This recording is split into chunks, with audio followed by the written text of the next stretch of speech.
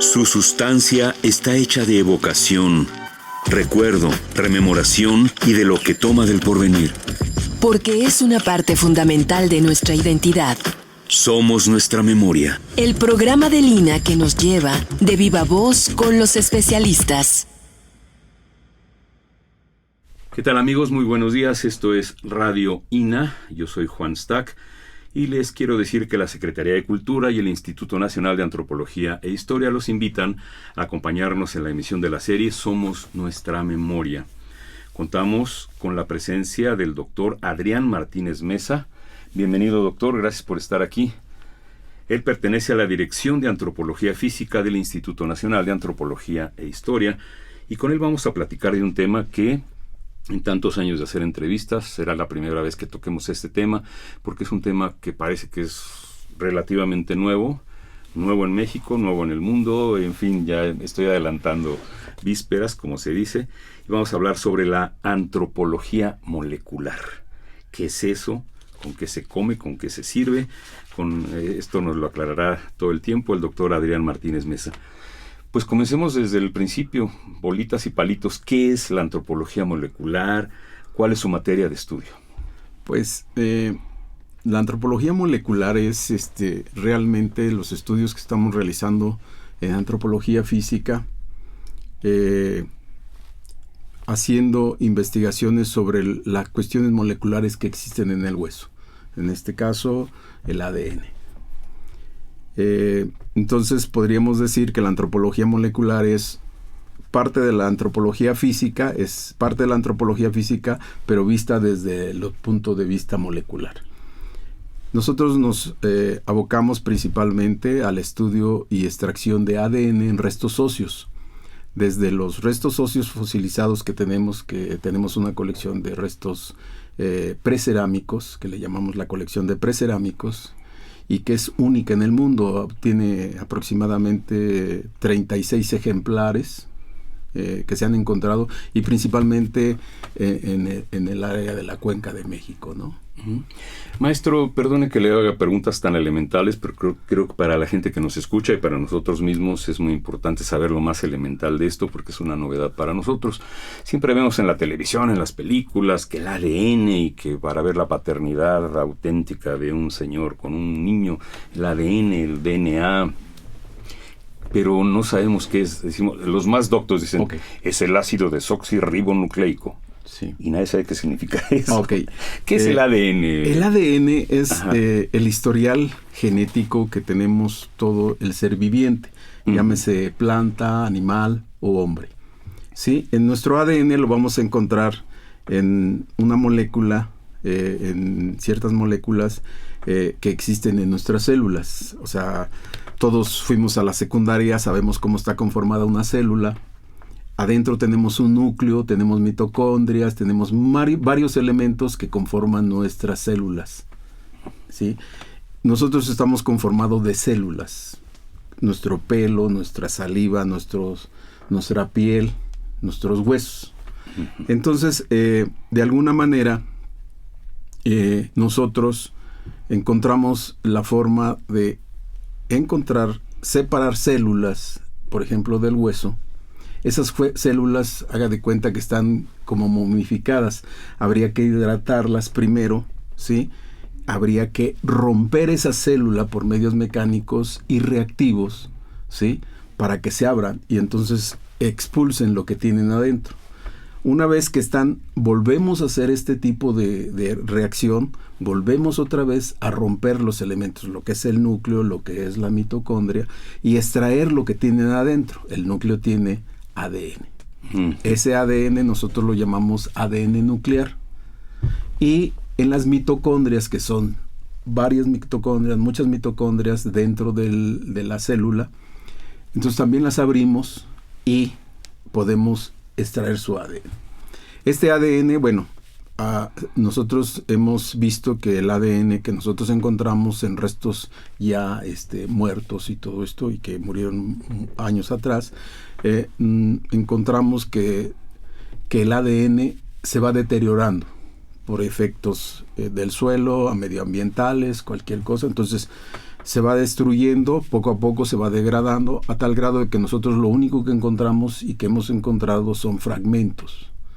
Pero estos fragmentos nos van a dar, o sea, el ADN mitocondrial tiene 16.900 pares de bases, o sea, es para poderlo leer. Ahorita decimos cómo le hacemos. Bueno, para ahora nosotros es muy sencillo. Al principio fue para nosotros difícil porque como antropólogos físicos nos tuvimos que introducir a un área que es la biología molecular, donde se utilizan todas esas técnicas de extracción y todo eso, y análisis de ADN, ¿sí? Y poco a poco fuimos aprendiendo a tal grado de que nuestro inicialmente en los años, a mediados de los años 90, nosotros tuvimos que sistematizar una técnica de extracción, pero en hueso. Había extracciones en mosquito, había extracciones en personas vivas.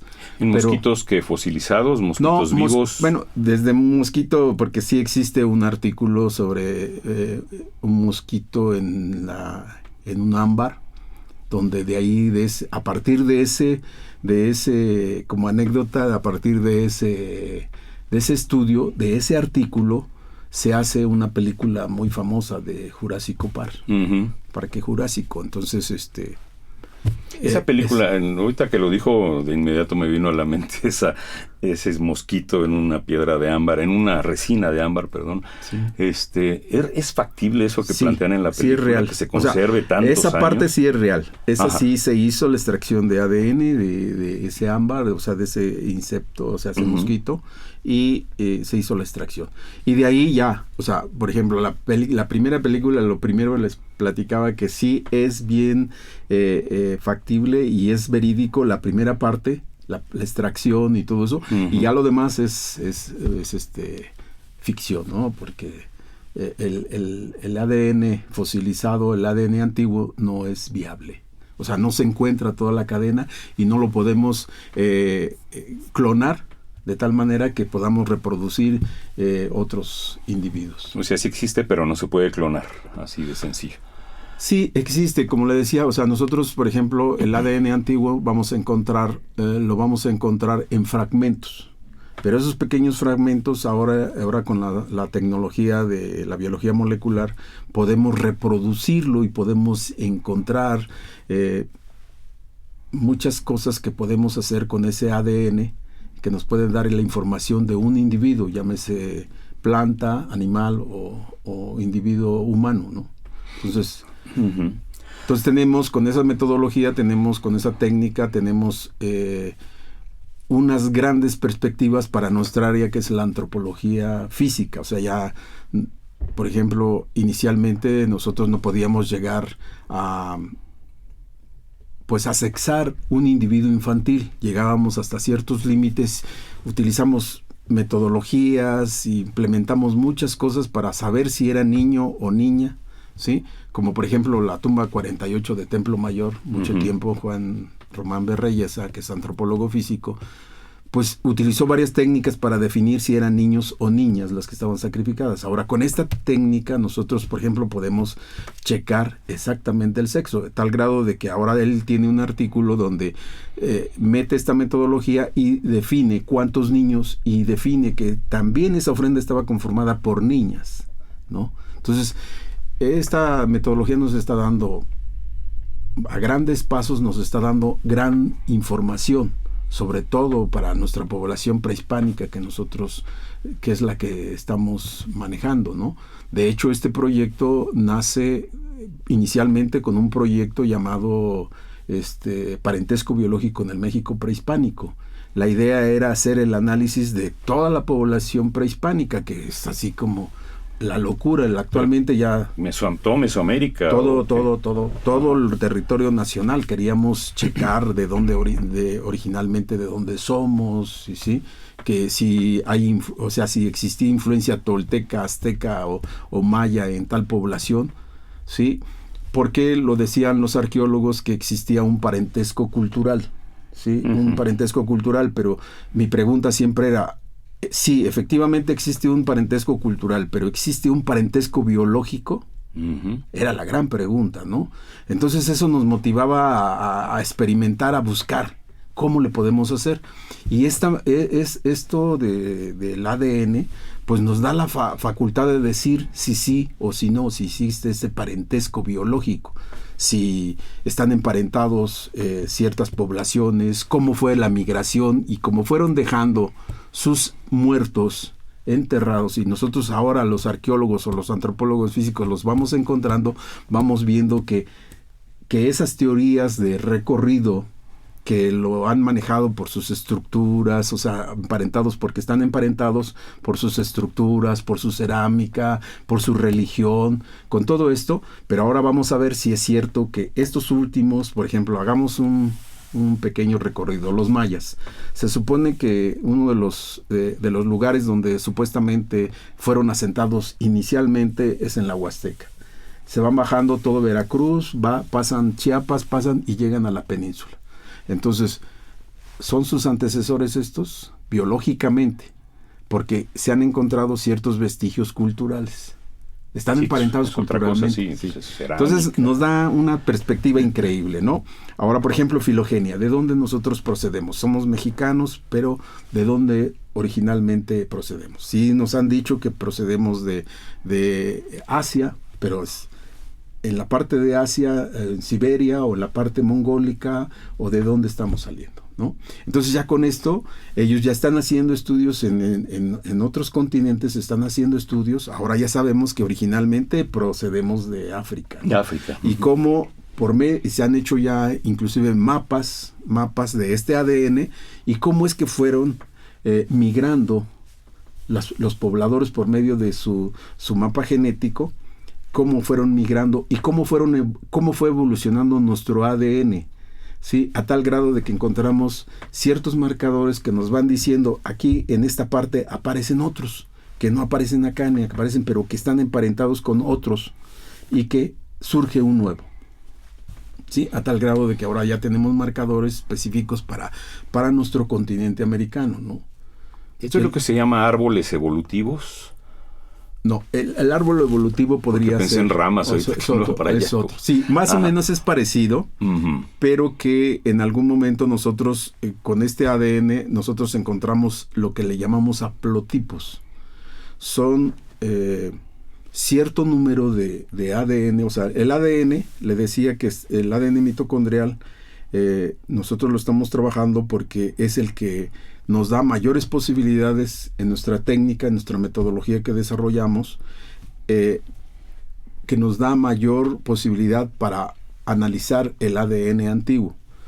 El ADN nuclear, que se encuentra en el núcleo, también da posibilidad, pero necesita una metodología mucho más precisa, más fina, a tal grado de que en la actualidad hay laboratorios que están trabajando ADN nuclear y hay laboratorios que estamos trabajando ADN mitocondrial. Nosotros desarrollamos nuestra metodología con el ADN mitocondrial, pues, y es eso, ¿no? Y ahora estamos viendo, por ejemplo, en algún momento estamos haciendo estudios sobre filogenia para ver de dónde nosotros procedemos y qué tipo de marcadores se encuentran con mayor frecuencia en nuestra población prehispánica. Y también no nada más nos hemos quedado ahí, sino nos vamos a población humana viva, ¿no? O actual, que está desaparecida, ¿no? Entonces nos va dando perspectivas cada vez más amplias, ¿no?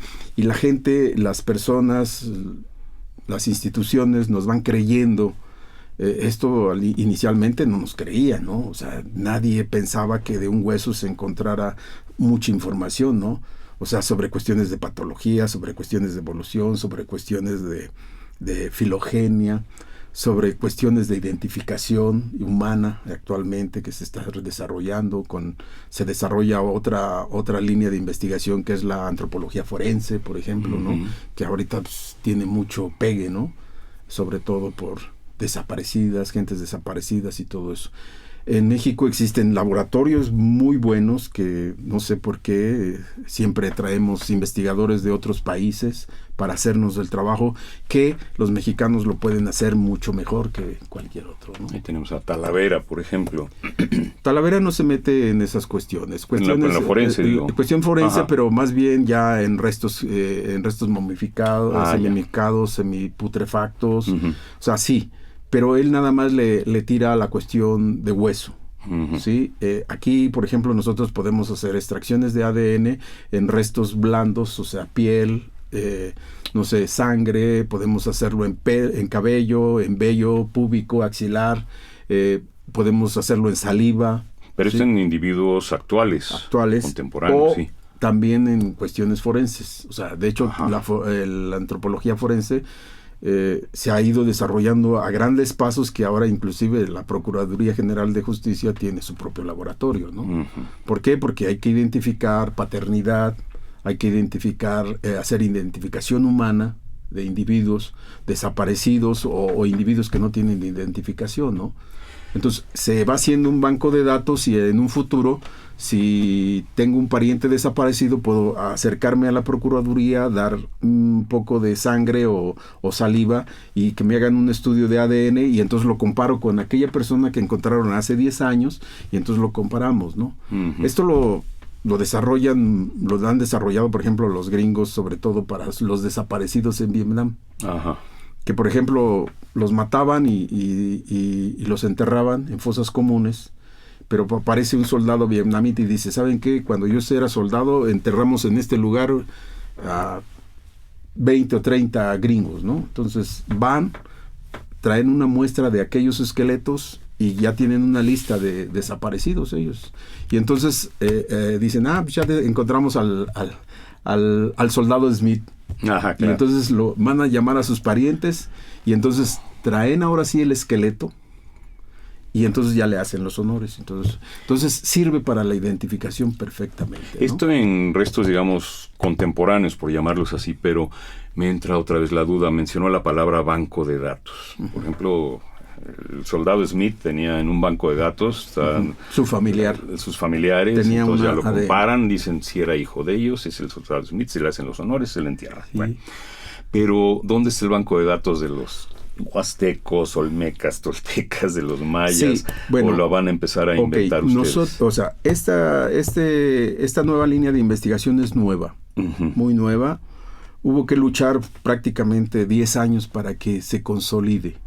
¿Sí? Nosotros prácticamente a los 5 años nosotros ya habíamos sistematizado la técnica y todavía seguíamos que no nos creían, pues, o sea, ni el instituto, o sea, somos, por ejemplo, pioneros dentro del Instituto Nacional de Antropología e Historia haciendo este tipo de estudios, porque tenemos, como antropólogos físicos, tenemos la materia prima que es el hueso.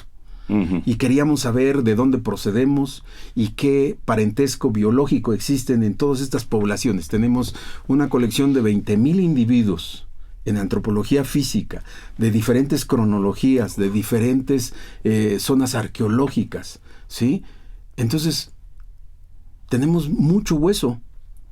O sea, tenemos una osteoteca, le llamamos nosotros osteoteca porque es una biblioteca de huesos, Ujú. que mientras a alguien le interesa un cráneo, al otro le interesan los dientes, al otro le interesa la mandíbula, al otro le interesan huesos largos, al otro le interesa patologías, todo eso, y es interminable. No se hace un estudio 100% porque costaría miles de pesos, ¿no? Entonces, cada quien hace el estudio que puede, entonces lo podemos conservar. No es la mismo que un arqueólogo.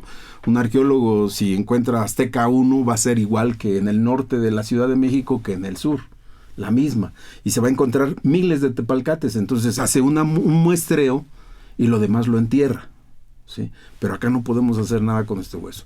Entonces, Doctor Martínez Mesa, me entra una curiosidad enorme. ¿Desde cuándo se puede conseguir ADN de restos fósiles? Porque de los recientes, ya lo sabemos, se ha hecho a nivel médico, a nivel biológico, pero a nivel de antropología física, a nivel de fósiles muy antiguos, ¿desde cuándo? Perdón. Mire, o sea, nosotros actualmente se está llegando hacer investigaciones, por ejemplo, no en México porque no los tenemos estos individuos, pero por ejemplo los que son los primeros que están en África, sí, que son, no sé, de millones de años, se está haciendo este tipo de estudios. Se está haciendo, por ejemplo, en España, en Atapuerca, se están haciendo estudios con estos individuos que tienen más de casi 1 millón de años. Entonces, esto nos da la posibilidad de ir haciendo nuestras metodologías de tal manera que cada vez que encontramos especímenes nos están dando información. Entonces, esa información podemos ver con quiénes están emparentados, si se encontraba otro ejemplar en Asia, vemos, por eso es que se han ido viendo cómo se hicieron los recorridos y la migración de la población. Si surgimos en África, cómo se fueron hacia Europa, cómo se fueron hacia Asia, otros hacia Oceanía, otros hacia el norte y después migrar hacia América, que es el punto más reciente de la población humana, ¿no? Uh-huh. Entonces, todo eso nos da esa posibilidad. Entonces, tenemos, o sea, hasta el momento no tenemos límites. Hemos desarrollado, por ejemplo, las más famosas se hicieron las primeras publicaciones, por ejemplo, de extracción en momias egipcias. Las momias egipcias nomás tienen 3,000 años, o sea, no es muy, muy lejos, ¿no? Pero, por ejemplo, en México tenemos ejemplares desde 5,000 años hasta 12,700 años, que es el registro más fehaciente que se tiene, ¿no? Con la mujer del Peñón de los Baños. Uh-huh. Y aquí y México en América tiene el privilegio de ser el que tiene los ejemplares más antiguos, ejemplares humanos o de huesos humanos que se tienen. ¿Sí? Ni Estados Unidos ni el Cono Sur tienen estos ejemplares. Tienen evidencias de ocupación humana, o sea, artefactos o algo que hicieron los humanos. ¿La mujer del Peñón de los Baños de cuándo es? La del Peñón de los Baños es de 12,700 años. Ahí se tienen como 6 ejemplares descubiertos. Es un punto clave, sobre todo. A mí me ha tocado revisar, por ejemplo, dónde se han encontrado estos ejemplares. La mayoría de estos ejemplares ha sido encontrados fortuitamente. No ha sido específicamente hecho. El único que posiblemente se hizo de esa manera, así ya con un estudio específico para encontrar, fue el hombre de Tepexpan, ¿sí? Porque el de Terra agarra y empieza a escanear. En ese entonces empezaron a escanear y empezó a ver que existía ahí una falla, y entonces hacen la exploración y encuentran al hombre de Tepexpan. Pero el hombre de Tepexpan nosotros lo tenemos fechado con 5,500 años de antigüedad. ¿Y que es mujer? Ahora, bueno, en algún momento, pues para esto era nuevo nosotros, ¿no? Ya habíamos hecho extracciones de ADN y todo eso, y nos sobró material, porque tenemos que optimizar todo el material que tenemos, ¿no? Entonces, el material que nos sobró para identificar sexo, lo aplicamos y empezamos a ver, no nada más aplicamos a él, sino al de Chimalhuacán, la de Iztahuacán, y a unos de Iztahuacán, unos ejemplares de Iztahuacán, y entre ellos el hombre de Tepexpan. Uh-huh. Tuvimos una cuestión muy acalorada, y esto es más bien inclusive un congreso donde hubo discusión de que qué hacía una mujer en la matanza de un mamut. Entonces yo digo, bueno, es que no son como ahora, o sea, o no son como nosotros conocemos a las mujeres que se quedan en su casa, ¿no? Sino que tenían que apoyar al grupo, ¿no? Y de alguna manera, por ejemplo, tiene una fractura en el cráneo que posiblemente por no tener esa habilidad o cosas así, fue golpeada y se refugió allá entre el manglar y el pantano se la comió. Uh-huh. ¿Sí? Esa es la explicación así bonita que queremos darle, ¿no? Y hicimos esa extracción y sacamos ahí un pequeño artículo diciendo que el hombre de Tepexpan no es hombre, es mujer, ¿no? Uh-huh. Porque así nos dan. Ahora, hay controversias, siempre existieron controversias, sobre todo con eso. Cuando sale, resulta que se especifica que es hombre. 20 años después viene otro investigador que nuevas metodologías, se va a hacer su doctorado a Europa, regresa y agarra otra vez el hombre de Tepexpan y determina que es mujer, y ahí existe otro artículo. Y entonces era interesante en ese momento, por esta nueva metodología, encontrar realmente si era hombre o mujer, ¿no? Y que le metemos mano, ¿no? Y empezamos, y resulta que lo hicimos hombres, ¿sí? Para que no hubiese contaminación de alguna mujer, porque es fácil, sí, se tienen ciertos prejuicios sobre cuestiones de que se puede contaminar fácilmente el material óseo, ¿no? Simplemente con el contacto, desde la manipulación de su extracción y todo eso, el embalaje y todo eso se van quedando, sí se quedan ciertas células que pueden. Pero con nuestros métodos, por ejemplo, de limpieza que se hacen, tanto mecánica, ¿sí? El raspado, todo esto, y luego después se mete un reactivo que elimina, se meten rayos ultravioleta, no puede quedar una contaminación así externa, ¿sí? Entonces, de cierta manera, había un tabú al inicio de que, no, es que eso se contamina y puede ser. Entonces, lo que nosotros hicimos, dijimos, ok, vamos a hacerlo, el que lo va a ser un hombre, para que no digan que le metió mano una mujer. Entonces, vamos. Entonces sí, nos golpearon muy feamente, sobre todo los de Tepexpan, ¿no? Porque vinieron a la ponencia, vinieron a la discusión, y eran los que nos decían que tiene que hacer porque ellos están orgullosos de que sea hombre. Pero resulta que es mujer, ¿no? Genéticamente, molecularmente, con el estudio molecular, es mujer. Ahí se va a quedar hasta que venga una nueva metodología, que espero que venga en 50 años, o 30 años, o en 10 años, o 5 años, porque estamos avanzando a grandes pasos, ¿no? De hecho, la antropología molecular se inicia en los 60s, pero no le dan esa apertura, ¿no? Todo el mundo dice, no, están locos, no se puede hacer. Existe un artículo, el primer artículo existe en los años 80, y que ese es donde prácticamente yo me inspiro para ver que sí se puede hacer estudios moleculares en restos antiguos, ¿no? Y no nada más ahí, por ejemplo, en plantas.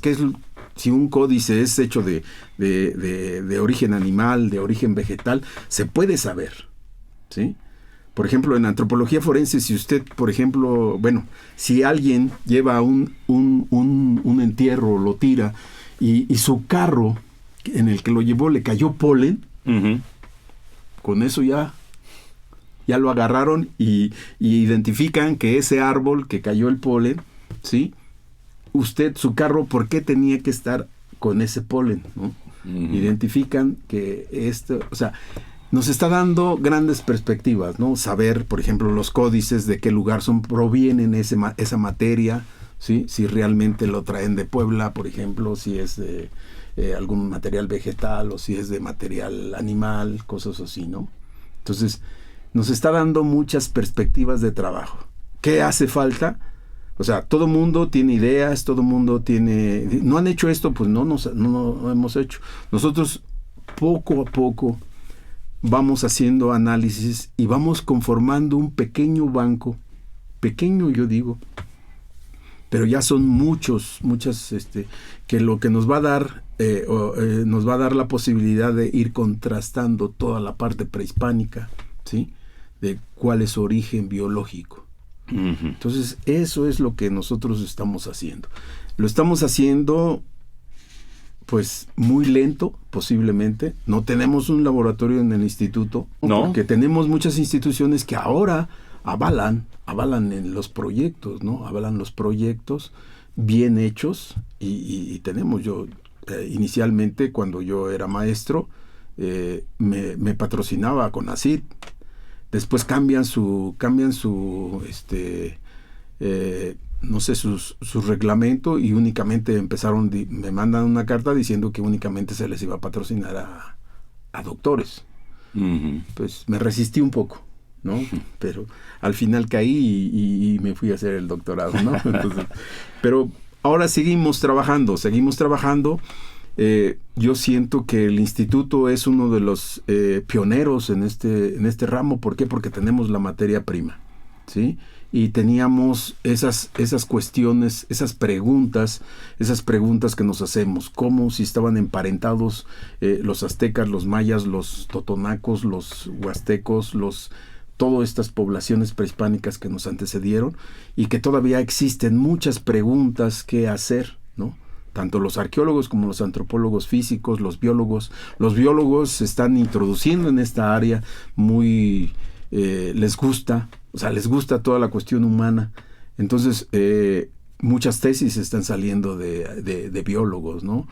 De antropólogos va más o menos, ¿sí? Uh-huh. Entonces sí, nos hemos ido buscando puertas, abriendo puertas, nuevas puertas, para que nos den la oportunidad de ir desarrollando. Y afortunadamente nosotros ya cumplimos 20 años. Nos hemos mantenido trabajando, ¿sí? Poco a poco, y ahí vamos. Ahora, en el 2011 nosotros lanzamos una propuesta que es el Seminario de Antropología Molecular. Todo esto anteriormente nosotros lo hicimos en base a una línea de investigación, un proyecto con esta línea de investigación de extracción de ADN, que es el de parentesco biológico en el México prehispánico. Y en el 2011 lanzamos la propuesta de hacer un seminario. ¿Cuál es el objetivo del seminario? O sea, el objetivo del seminario es poner en contacto estudiantes, pero principalmente antropólogos, arqueólogos, en contacto con aquellos investigadores que están desarrollando. Para ese entonces, en el 2010, 2011, ya existían 8 laboratorios que estaban haciendo lo mismo. Algunos laboratorios utilizan nuestra metodología, ese es nuestro privilegio, ¿no? El privilegio que tenemos es de que, por ejemplo, la primera tesis de antropología molecular en España es de un biólogo mexicano que se llevó nuestra metodología y la aplicó allá, y gracias a eso, a ver que era un trabajo formidable y que les iba a dar mucha información, aplican la materia de antropología molecular en las diferentes universidades de España. Y él le encargan la materia, se aplica la materia de antropología molecular en Barcelona, y de ahí salen la primera generación que va ocupando estos puestos, ¿no? Uh-huh. Estos puestos así, y ahora de alguna manera estamos satisfechos, ¿no? En algún momento hicimos un balance, nos fuimos a un congreso internacional de seis ponencias, 5 eran relacionadas con nosotros. De alguna manera habían retomado nuestra metodología y la habían aplicado, ¿no? Y entonces dijimos, bueno, nosotros salimos al mundo para ver cómo estábamos nosotros, y con miedo, ¿no? Porque dices, ¿sabes qué? Nosotros estamos bien o estamos mal, ¿no? O nos regresamos o le cambiamos. Y no, ahí hicimos un balance de que nosotros íbamos a la vanguardia. España para 1997 no tenía nada, ¿no? Pero ahorita lo vemos, y son de los que han dado un salto gigantesco y tienen laboratorios en cada universidad. Uh-huh. Tienen esta materia en cada universidad. Nosotros no. A mí me espanta porque se está desarrollando, por ejemplo, el INMEGEN, el Instituto Mexicano de Genómica, de Medicina Genómica en México, que es una de las instituciones de primera y joven y la mejor del mundo y la única en el mundo, sí, que está estudiando sobre cuestiones de medicina genómica, ¿no? Entonces ya va a ser la medicina no nada más a ojo de buen cubero, ¿no? De que les receta el doctor, sino que ya a cuestiones genéticas, ¿no? Uh-huh. Se están metiendo nuevas materias como la nutrigenómica, ¿no? Se están metiendo cuestiones de medicina, cuestiones de, por ejemplo, en el cáncer, diabetes, todo esto con el ADN, ¿no? Con la extracción de ADN en personas vivas, todo ese rollo. Bien, déjeme hacer una pequeña pausa nada más para recordar a nuestros cibernautas, a nuestros ciberescuchas, que estamos aquí en el programa Somos Nuestra Memoria.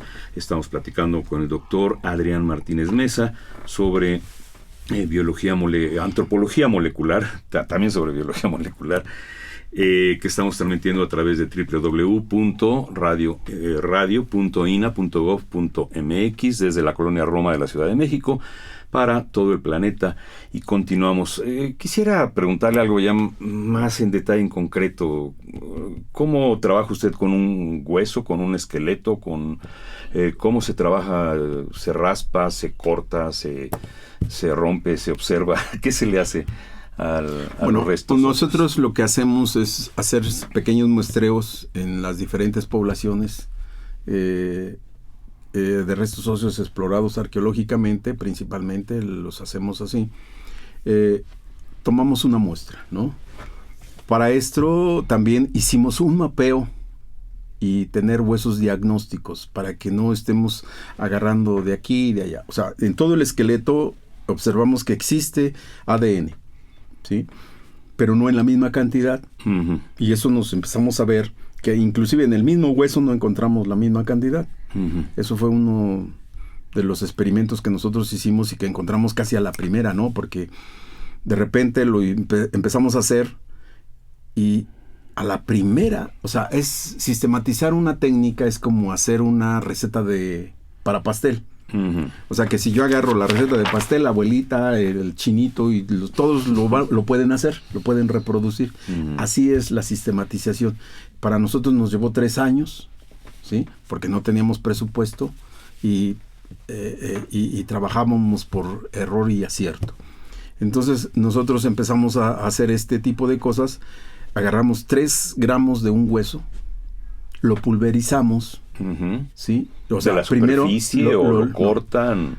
Bueno, en nuestro mapeo Perdón. empezamos a ver que existen ciertas áreas donde encontramos mayor cantidad de ADN, entre ellos el tórax y la parte de la cadera, ¿no?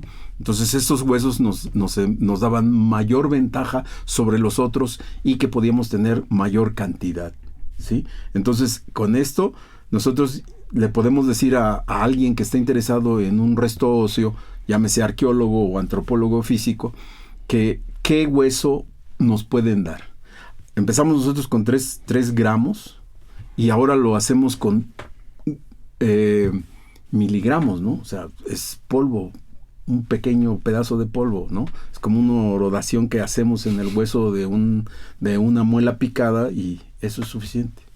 Entonces, la tecnología y la metodología nos ha dado la oportunidad de ir bajando las cantidades, ¿no? Entonces, uh-huh. Por eso es que con una gota de sangre nosotros podemos extraer ADN. Con un cabello o 2 o 3 cabellos podemos extraer ADN, ¿no? Con saliva podemos sacar. ¿Y en una pieza dental no se puede concentrar el ADN encapsulado? En algún momento se vio la posibilidad. Ahí encontramos un ADN sin contaminación, uh-huh. ¿sí? Pero estamos hablando de una pieza que vamos a destruir, uh-huh. ¿sí? Entonces, yo como antropólogo físico me negué principalmente, fui uno de los que luchó porque no se ocuparan huesos completos. Uh-huh. En este caso, un diente sí nos va a dar la posibilidad de encontrar ADN encapsulado, ¿sí? Uh-huh. y tenerlo limpio y puro y todo esto, ¿sí? Pero destruimos un diente y al principio las técnicas de hacer esto eran muy rupestres a tal grado de que el diente se extraía con una pinza, se podía destruir la mandíbula. Claro. Se truena la mandíbula. No es lo mismo extraer un diente en una persona viva que a un hueso seco. Uh-huh. Se rompe. Y entonces teníamos maxilares rotos, teníamos mandíbulas rotas. ¿Por qué? Porque se utilizaba. Principalmente los españoles utilizaron esa técnica. Yo desde un principio dije, en hueso esponjoso lo podemos traer y no necesitamos hueso esponjoso, necesitamos únicamente la cubierta de fuera, ¿no? Entonces no necesitamos más que romper un pedacito, menos de 1 gramo, no, uh-huh. Miligramos, pues se puede trabajar. Y con eso nuestra metodología la hemos ido bajando, la hemos reduciendo y tenemos ahora técnicas, por ejemplo, de visualizar el ADN increíbles, ¿no? Antes ¿y qué es con microscopio electrónico, no. con rayos ultravioleta, con qué? Nosotros lo hacemos, por ejemplo, hacemos la extracción uh-huh. por medios mecánicos y reactivos. Posteriormente lo metemos en un gel de agarosa, esta extracción de ADN ya que encontramos, que sabemos que es ADN, y lo metemos en un gel para ver si existe. Este gel lo vamos a encontrar y vamos a encontrar el ADN. Brilla, o sea, con los reactivos que nosotros ponemos, hacemos que se identifique. Entonces, este cuadrito que llegamos a encontrar, que son milímetros, lo cortamos y lo purificamos para que no lleve impurezas.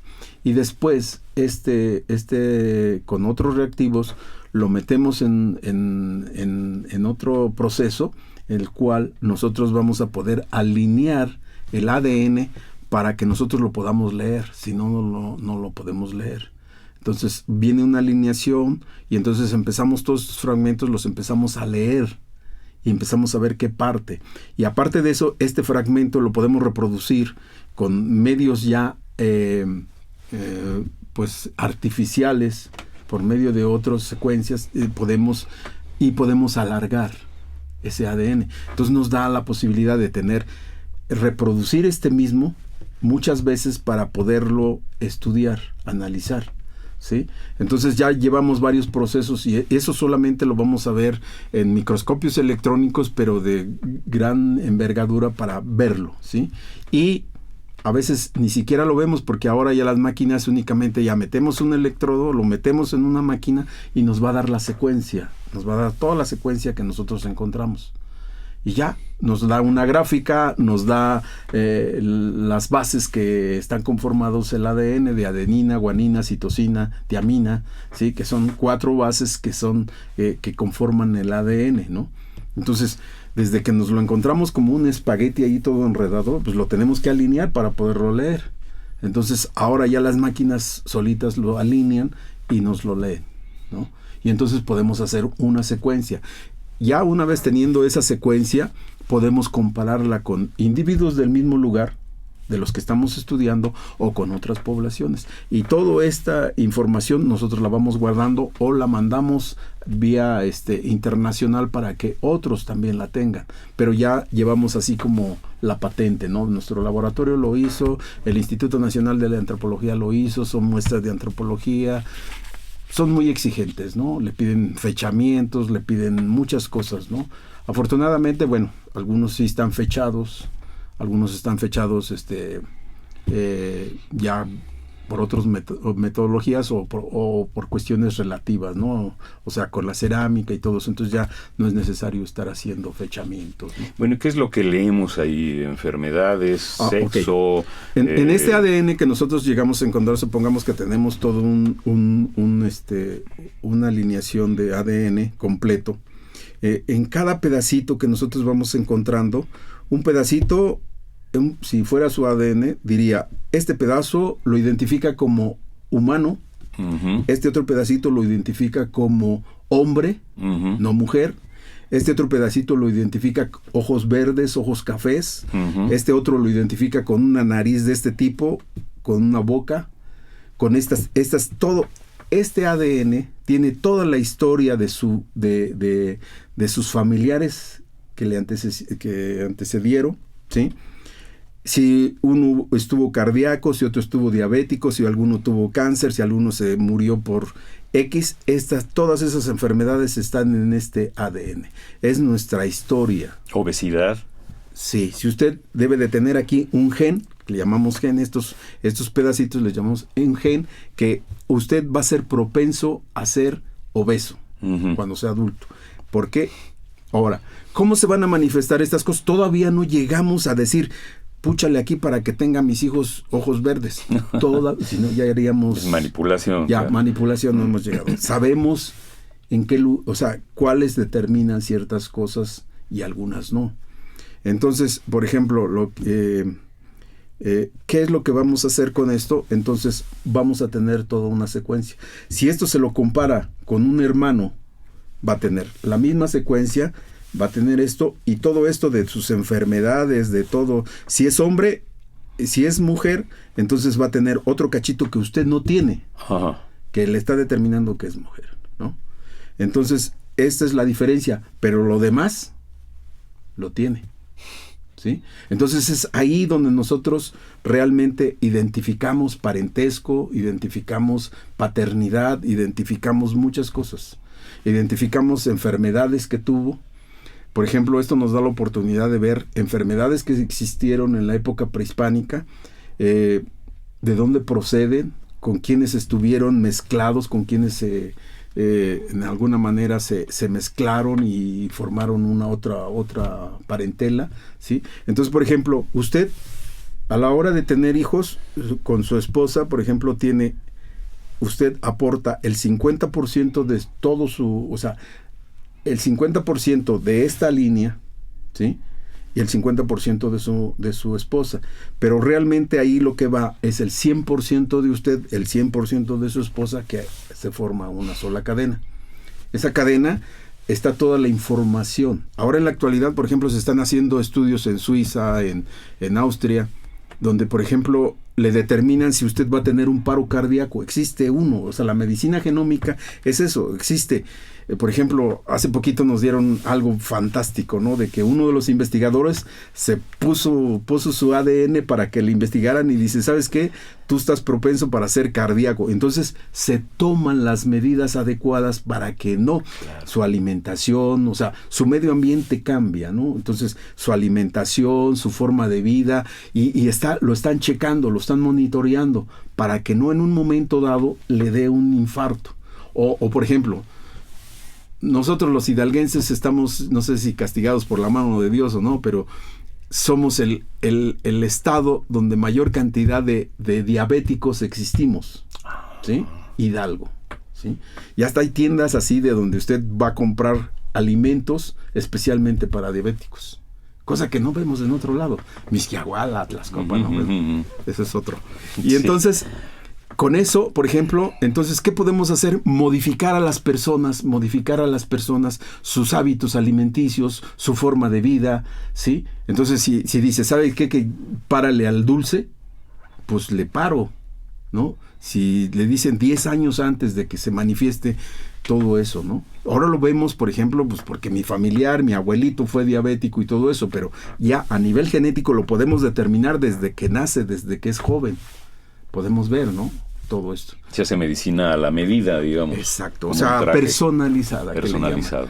Sí, cada quien, o sea, porque, por ejemplo, vemos que los gorditos, por ejemplo, bueno, comen lo mismo, pero, por ejemplo, hay unos que no tienen ese gen.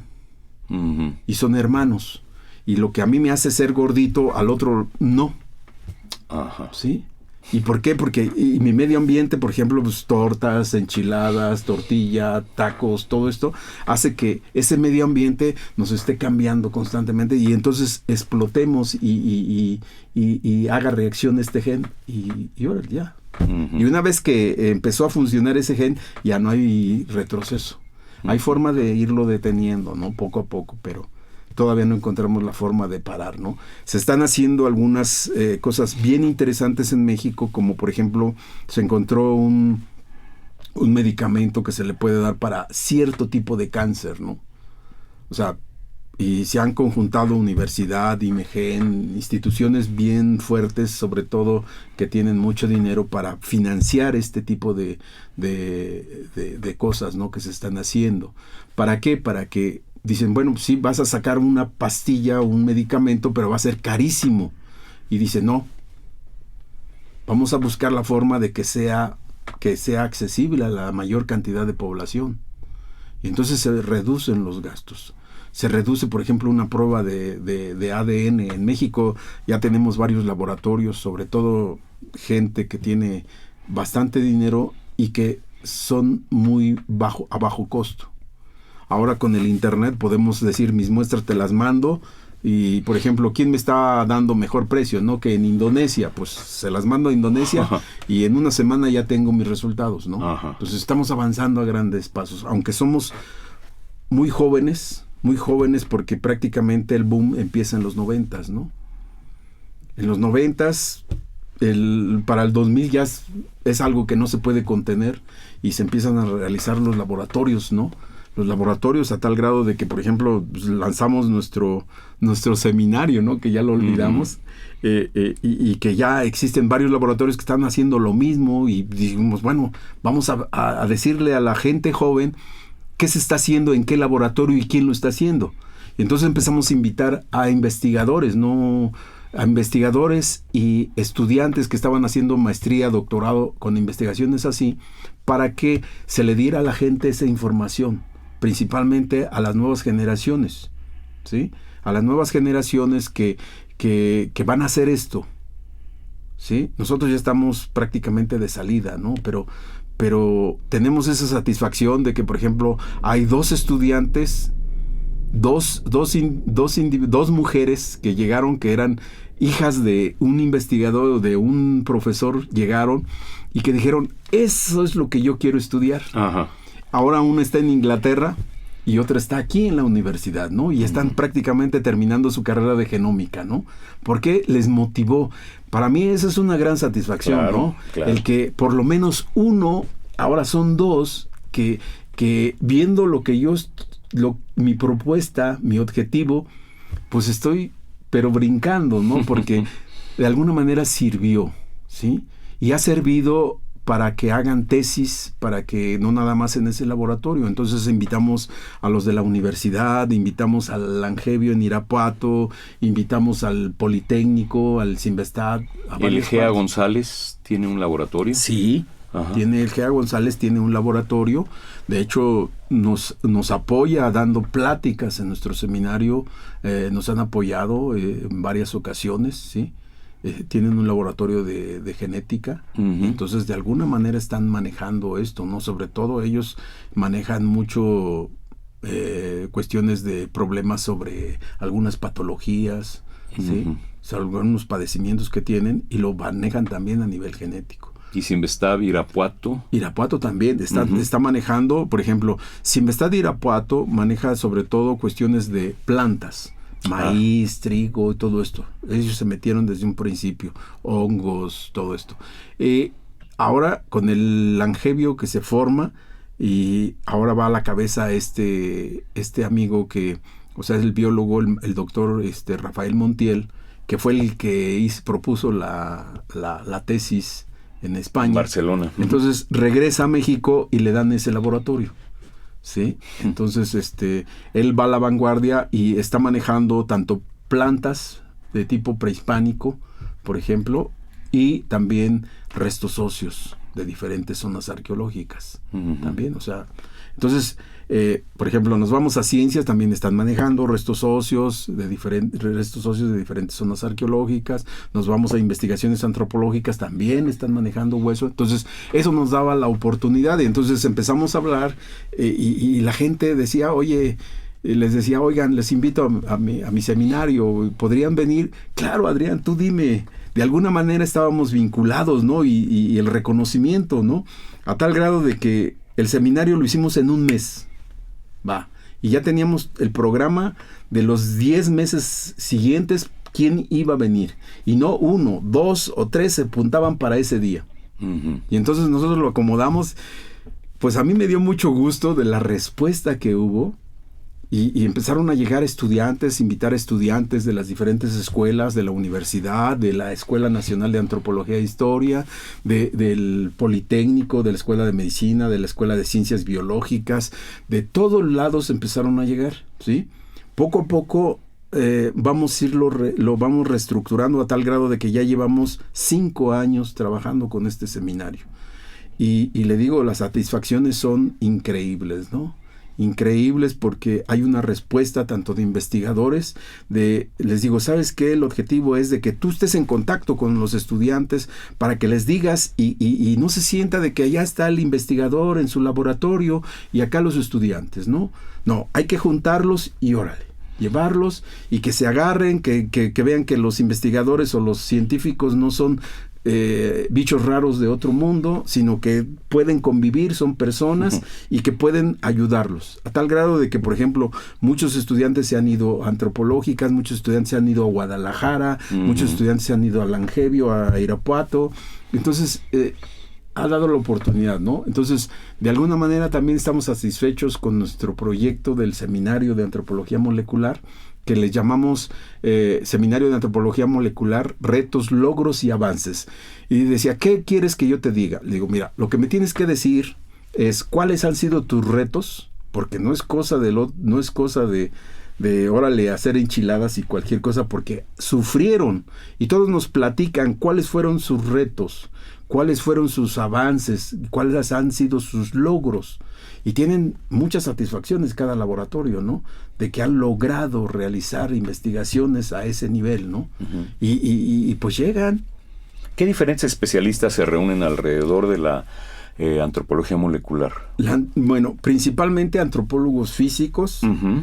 pero entran dentro de nuestro área, que es la antropología. Bueno, en México entra, por ejemplo, arqueólogos, lingüistas.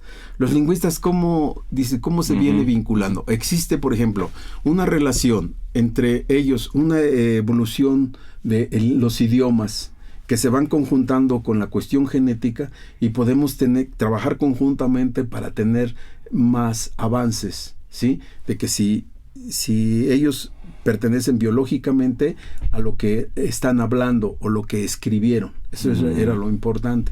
Entonces, por ejemplo, con el etnohistoriador, sus códices, de dónde son tu origen. Te puedo decir de este árbol dónde originariamente se hizo, ¿no? O sea, dónde se hizo y o sea, el papel que se encontró o el animal, en base a su alimentación, en base a todo eso, y en base a su ADN podemos identificar que es del norte, que es del sur, o que es de la selva lacandona, o cosas así. Entonces estamos vinculados con ellos, estamos vinculados con historia, porque tenemos que manejar antecedentes históricos. Con el arqueólogo, bueno, pues porque debemos de ver de qué sitio arqueológico pertenecen estos, y ellos nos tienen que dar toda la información sobre su exploración, sobre cómo encontraron al entierro y todo esto, a qué cultura pertenece. Entonces creo que ahora no podemos hacer nada si no estamos vinculados. Y aparte de eso hay otras áreas, ¿no? Por ejemplo, la Universidad Nacional Autónoma de México mete la materia de genómica. Genómica, y es un boom. Es de las mejores escuelas que hay, y que también ya están trabajando, no nada más, ellos ya no se van a dedicar, por ejemplo, al hueso, posiblemente como curiosidad, pero sí para cuestiones mucho más adelantadas en medicina, en alimentos, en nutrición, todo esto, eso es lo que les queda a ellos, ¿no? ¿Esto es en la Facultad de Ciencias o en Medicina? En la Facultad de Ciencias, sí. Y ahí tienen aparte de eso, también la Metropolitana tiene su materia. O sea, ya todo mundo está viendo la perspectiva molecular a otro nivel. La cuestión genética, la cuestión de genomas, estudio de genomas, pues están pero a la vanguardia. Otro de los lugares donde, por ejemplo, también entran con nosotros son los biólogos, ¿no? Claro. Los biólogos, o sea, ellos siempre han estado interesados en la vida y sobre todo en la cuestión del humano, ¿no? Entonces les interesan los huesos. Ellos nunca han tenido no han tenido la posibilidad de entrar a la gran cantidad que existe de huesos, pero cuando entran y se involucran, se convierten en rastreadores de información de la época prehispánica, ¿no? Y ellos van más adelante, cuestiones de medicina, cuestiones, o sea, por ejemplo, el Cinvestav es uno de los lugares donde realmente también le están metiendo mucho la investigación a nivel genómico, ¿no? De hecho, tienen las materias tienen laboratorios de biología molecular, de biología celular, ¿no? Entonces, les están dando duro, a tal grado de que son reconocidos, ¿no? Entonces, nosotros estamos haciendo nuestros pininos, metiendo sobre una línea de investigación que es la antropología molecular, ¿sí? Y que nos está dando grandes satisfacciones. Tenemos un gran pastel gigantesco, yo les digo a mis estudiantes, y no le hacemos ni con el dedo así, ¿no? Entonces nos hace falta mucho material humano, nos hace falta recursos, nos hacen falta laboratorios, ¿sí? Existen laboratorios, pero también esa es la posibilidad del seminario, de que si uno conoce el laboratorio y están haciendo, y a mí me interesa hacer un estudio sobre ADN en restos óseos, puedo ir a trabajar en este laboratorio. Ya no son aquellos grandes armatrostes de que no sabemos ni qué están haciendo, ¿no? Y esta era la posibilidad de acercar a la gente joven, principalmente de mi materia, que es la antropología física, ¿no? Doctor, nos quedan aproximadamente 3 minutos de conversación y quisiera saber, toda la gente que nos escucha, a dónde puede recurrir, a quién le puede preguntar, a qué página se puede meter, qué libros puede consultar para saber más sobre este tema de la antropología molecular. Bueno, nosotros estamos haciendo este tipo de investigaciones en el Cinvestav México, o sea, Cinvestav IPN, o sea, Instituto Politécnico Nacional, que está en Zacatenco, ¿sí? En Ticomán. Ahí estamos en el laboratorio número 1, que está a cargo la doctora Lourdes Muñoz, que es una de las personas que yo admiro mucho, ¿no? Porque aparte de su visión, nos dio la oportunidad de desarrollar este tipo de investigaciones, ¿no? Cosa que no nos dieron en otros lugares que tocamos puertas, ¿no? Y gracias a ella pues, nos dio la oportunidad de seguir, ¿no? Y siempre con esa visión, ¿no? De que sí se puede, sí lo podemos hacer y vamos a encontrar mucha información, a tal grado de que ahora internacionalmente el laboratorio está reconocido como uno de los laboratorios que hace extracción de ADN en restos óseos humanos antiguos, ¿no? Y ella también, ¿no? Por supuesto, ella va a la cabeza. Nosotros comparto yo mucho en las investigaciones y comparto en los artículos que estamos saliendo y que van saliendo poco a poco, ¿no? No es tan fácil. Pero, en este momento no tengo una bibliografía, yo con tiempo se los voy a pasar y le mando algunos artículos, algunos libros o algunas tesis que nosotros hemos desarrollado. Aproximadamente llevamos unas 15 o 18 tesis ya sacadas de estos estudios, sobre todo de extracción de ADN en restos óseos, ¿no? Muy bien. Sé que hay mucho más que decir, pero quisiera agregar algo para concluir esta conversación.